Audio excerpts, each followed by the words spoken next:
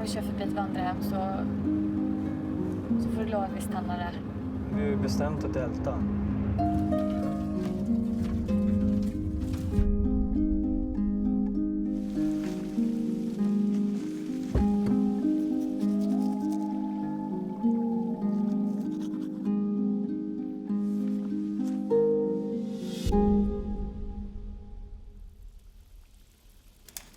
Jag tror att det är någon här.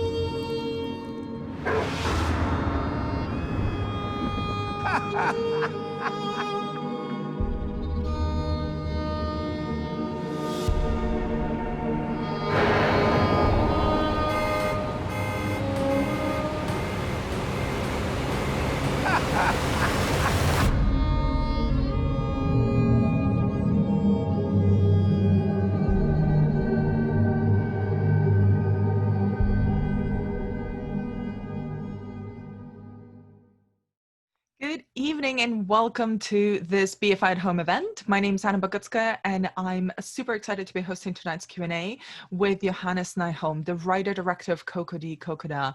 Johannes, hello, how are you doing? Hello, I'm fine, thank you. How are you? I'm great, and I'm excited to delve a little bit into your mind because I've seen this film twice now, and both times it really freaked me out, which I think is a good thing about this. I wanted to kick off and ask you, what came first in the development of the story? Was it an image? Was it a melody? Was it the characters? I think it was a mood of that kind of was in your mind that you couldn't really get rid of. A mood of maybe feeling that you're trapped and you can't go anywhere, and you can't change your situation. You're kind of trapped in something, and you have this nagging feeling all the time. And it's also like I had it was also a kind of audio sensation, a sound that I had that was repeating itself over and over again, and I was kind of trapped in this a bit psychic mode that I couldn't get rid of. And it came in my dreams, and it came when I was awake. It came now and then. I'm curious, did you this sound that came to you and that inspired or was the genesis of this story in this film, did you end up incorporating it in the film? No, not really. I've used it in other films, but not in this particular one. It's like a repeating sound that goes over and over again, like a maelstrom. But in this film, I wanted to have the music contrasting that, to have more beautiful music that kind of was luring you a little bit into the trip. And that's an interesting point, because the film does use kind of this recurring motif, the melody of the music box, as something that continuously plays throughout it, and it becomes increasingly a horrifying motif, even though it's a very childlike, innocent sound. So can you talk a little bit about your use of sound and music in building that mood and that tension? I mean, I worked a lot of creating this this kind of mythic music box that was supposed to be the kind of the origin of the whole film. It kind of evolves out of the music and out of the images just on that music box. The whole film kind of comes out like a long, complicated story from a Pandora's box. And it's in a way I want the audience to feel like this is happens for real, because it was like for real for me. Those characters, I've seen those characters, and I've heard this music when I was a child. The music that plays in this music box, I heard it a lot when I was a kid and sang it a lot. And it's like this has this repeating pattern that goes on forever. Mm-hmm. And I wanted to create that feeling in the film itself. It goes on forever. And can you talk a little bit about this use of childlike images and sounds, like we were just talking about the melody, and transforming them into something quite grotesque and horrific, because we don't really know up until almost the end of the film kind of the origin of these figures of Mog and his companions and the animals, but we're presenting them first as these menacing figures. So can you talk a little bit about the transforming the childlike into the grotesque? Yeah, I mean, I want you to feel like you're in a limbo, a kind of timeless limbo, where all times takes place at the same time, and you are in your childhood and you are in your adulthood at the same time in a way.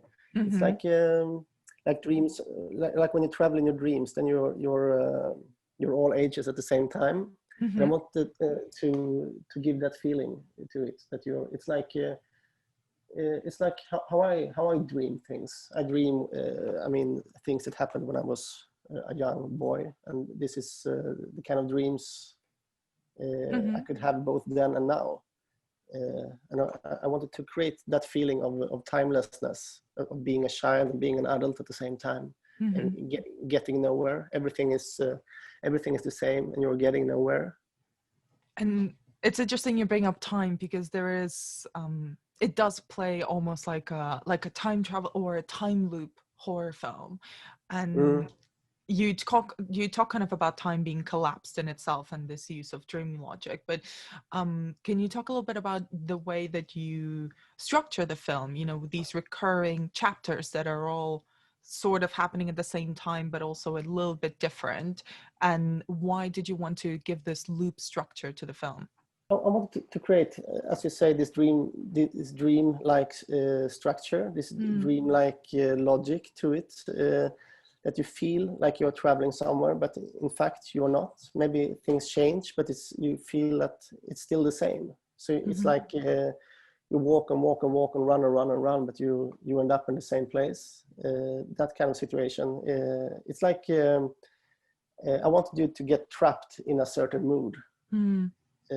So that feeling that there's no development, just kind of something that looks like a development, but it's not really a development. No one changes, nothing changes, everything is the same, but it's just something that temporarily could feel like something else. So it's like walking in syrup, or trying to run, but you're trapped in a rubber band. Is that feel, that horrific feel to it? But it's kind of nice when you accept it. It could be kind of nice when you accept it. You don't need this development. Maybe it's okay as it is. Maybe you don't need to run. And how do you think this ties into the characters and the grief that they're going through and trying to deal with? Yeah, but I think it's quite typical when you experience something that traumatic, that you feel that you can't really get rid of it, that you're trapped, and every thought you trying to think that tries to that when you tries to think of something else, everything goes back to this this wound, and or every solution that you come up with, nothing works. You end up with this trauma anyway, anyhow, and it's like walking around in a labyrinth. You're getting nowhere, but maybe in the end you just realize that you kind of have to accept to live with it, and you can't change it. You can't change the facts. They are what they are, and you just have to accept it and try to live with it. And how did you go about creating the dynamic between the characters, between the leads, kind of with Tobias and Ellen, and the way that it evolves throughout the film? Yeah, there is. I mean, the male character, he's the one that actually remembers what happened more and more. In the beginning, it's just like he has a vague idea of what happened, and then it gets clearer and clearer and clearer. And in the end, he's totally sure exactly what will happen, how they will die, exactly how things will end up. And her, on the other hand, she gets more and more sure that he is going crazy, that he's imagining things. So the gap between them is getting bigger and bigger and bigger. And in the end, they are so far away from each other that he gets more and more violent because he's not understood. And she is sure that he is crazy. So it's kind of what do you say? It's in a way a kind of depiction of how relationship could be. Sometimes they go between those two extremes all the time, and usually it doesn't end up maybe in this way, but it's a bit it's a bit nicer. Yeah, hopefully. Yeah. And the film does end with them having quite a tender moment where it does feel like they sort of, that gap between them is shortened a little bit. Did you always have that in mind? Yeah. I mean, for me, it's important to give some kind of hope, to don't leave people in a total endless pit, or to give them some kind of idea that this could get solved somehow. And I think what we have there is maybe some kind of acceptance of things as they are. You don't know what will happen to them, if they will be together anymore. You don't know anything about that, but you think that they see each other for the first time. They feel each other, and they see the other person. And I think that's some kind of hope. In that context, then, what role do you think? I mean, what role did you want these kind of I don't know even how to describe them, the ringleader, Mog, and these kind of fairy tale characters? What role do you think they play in forcing through this breakthrough in the relationship? I mean, they are some kind of what do you say, ordeal. They represent some kind of ordeal that they have to get through, I think. I mean, you can say that they could represent a lot of things. And I mean, it could be about grief. It could be about going through this grieving, this pain in your mind. It could be about that, but it could be about anything, really. I mean, the film doesn't need to be about sorrow. It could be about any kind of issues that you have in your relationship that you need to go through. And can you talk a little bit about how you incorporate humor into it? Because it does become the way that I read it was that it kind of becomes almost a form of humiliation for the couple, and especially from Mog. So how do you work that balance of it being darkly funny but also still very striking emotionally?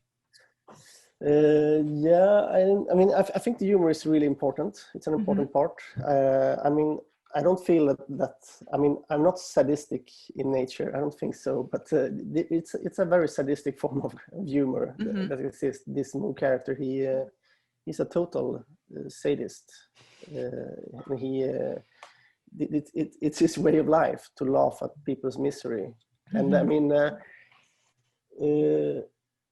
I feel like I can hear his voice. I mean, sometimes I can hear that kind of voice sometimes. This sadistic voice that laughs at you when you don't succeed or when you fail at something.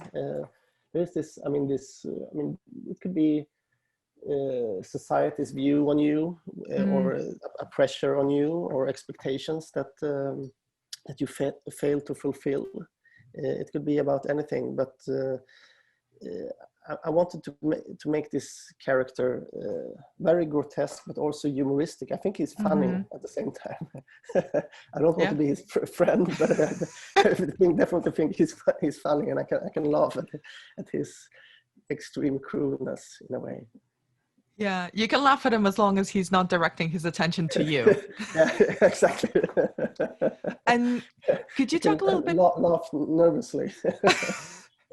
Could you talk a little bit about the casting of Mog as well? Because I read that it's Peter Belly, who is a very famous Danish singer, isn't he? He is, yeah. He's not famous in Sweden. I mean, I know almost no one here in Sweden that knows about him, and I didn't know about him either. But I wanted an entertainer from either Norway or Denmark, and I was actually just Googling around, and after a while, his face showed up. And I think he looked amazing. I was looking for kind of a classical entertainer. I wanted a clown or a conjurer or a puppeteer or something like that. Kind of an old school classical entertainer that could spellbound his audience with just his appearance. That was the kind of person I was looking for. And just looking at the images of Peter Belly, I saw that, oh my God, this man, he has a charisma. He really pops out of the screen. And I wanted a quite short guy as well, because I wanted his fellows to be really big and large. And he should be very small in physics, but his power should be extreme. He should have an extreme power, but he should be very small. He's also a kind of something that has to do with his kind of a humoristic approach. But he's very tiny, but still extremely strong in his psyche. But then, it was really, really easy when I met him to see that this was the guy. And could you elaborate a little bit on how you work with actors in general, kind of especially in this, in Koko-Di, because there is so much dream logic and moods and images that are quite scary and quite grotesque, but there is a very real and very fundamental relationship at the heart of it. So how do you work with especially your leads on building that, but also reacting to this incredible imaginary world? Yeah, I mean, we started to shoot this so long time ago, 2011. Wow. Yeah, it's almost 10 years ago. And when we did that, I wasn't so experienced in working with actors. I made just a few short films and so, but I hadn't much experience, and I had no training either in that, because I come from the art scene, doing animations and so, and I didn't really work with actors in that way. So it was a little bit trial and error, but mostly it was I didn't cast them, actually. I didn't cast the leads.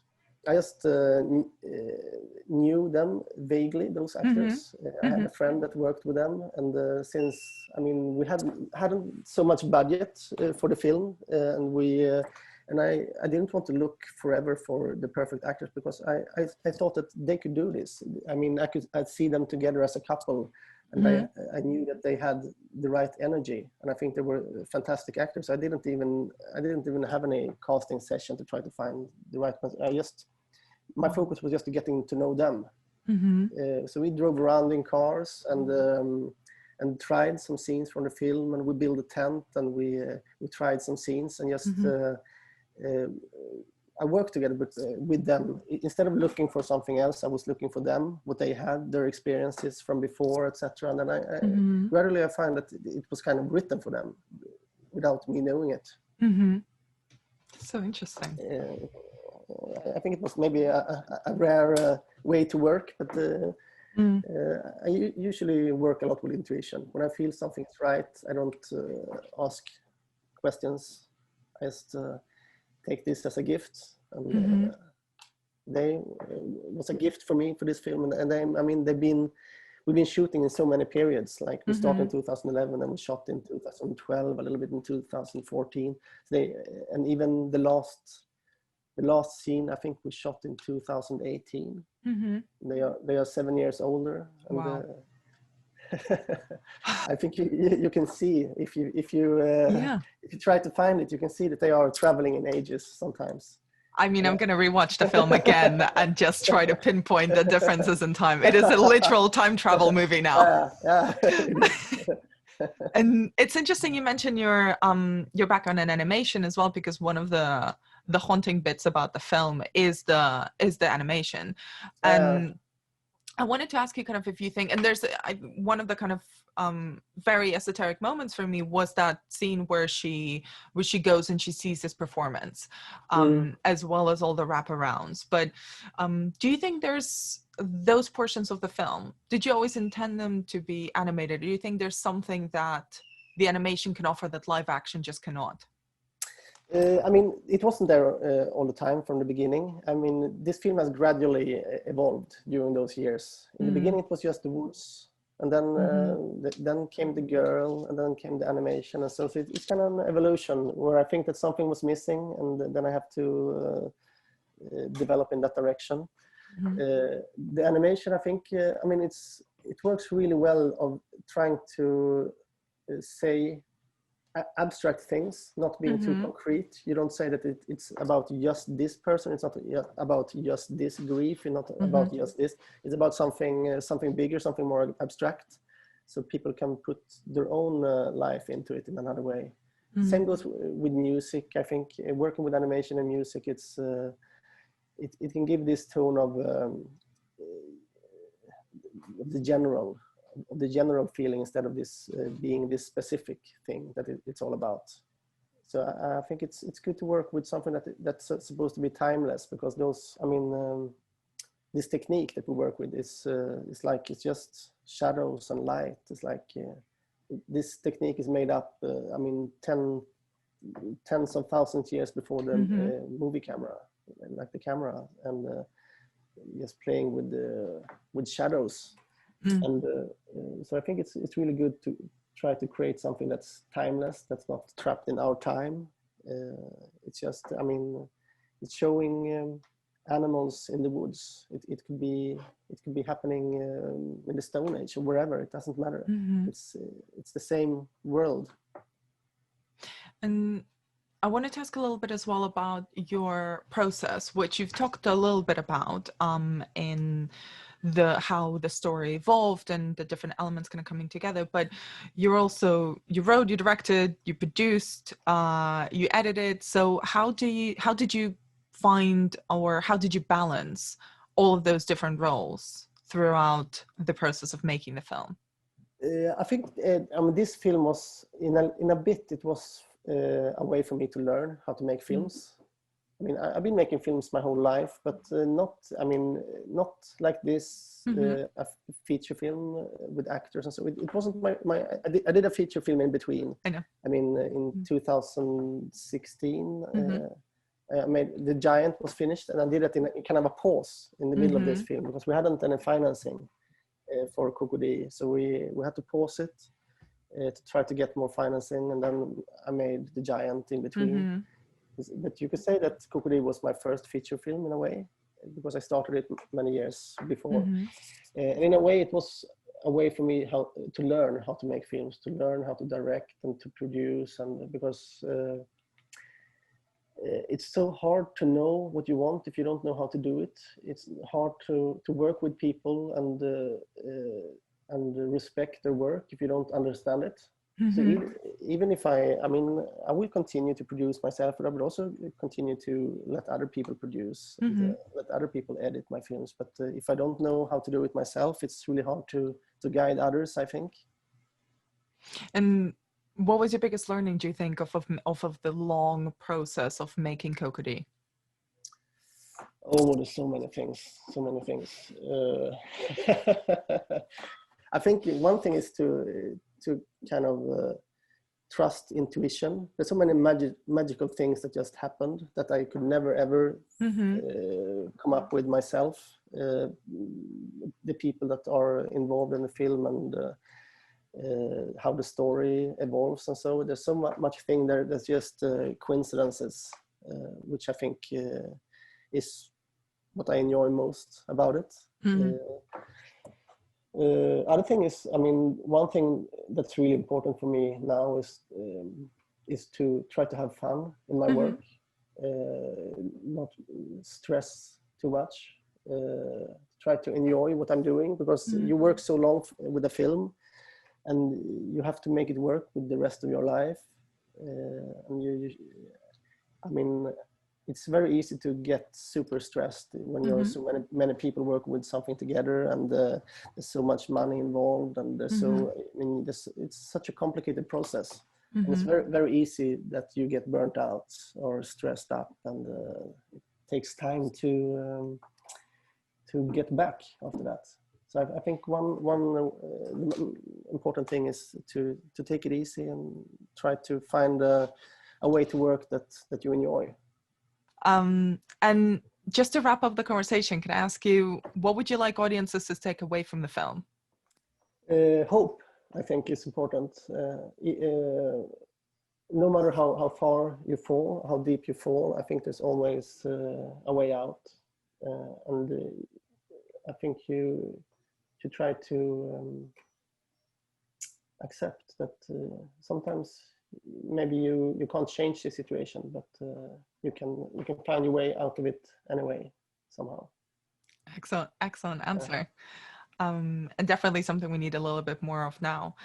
And thank you so much, Johannes, for making the film and for your time today and for talking about it. Okay, thank you. And for everyone at home, you can watch Koko-Di Koko-Da on BFI Player now. And if you enjoyed this event, please consider donating to the BFI. They're a charity and their venues have been closed during this period of lockdown. So your support does mean a lot to help them going during this period of closure. Thank you for watching and good night.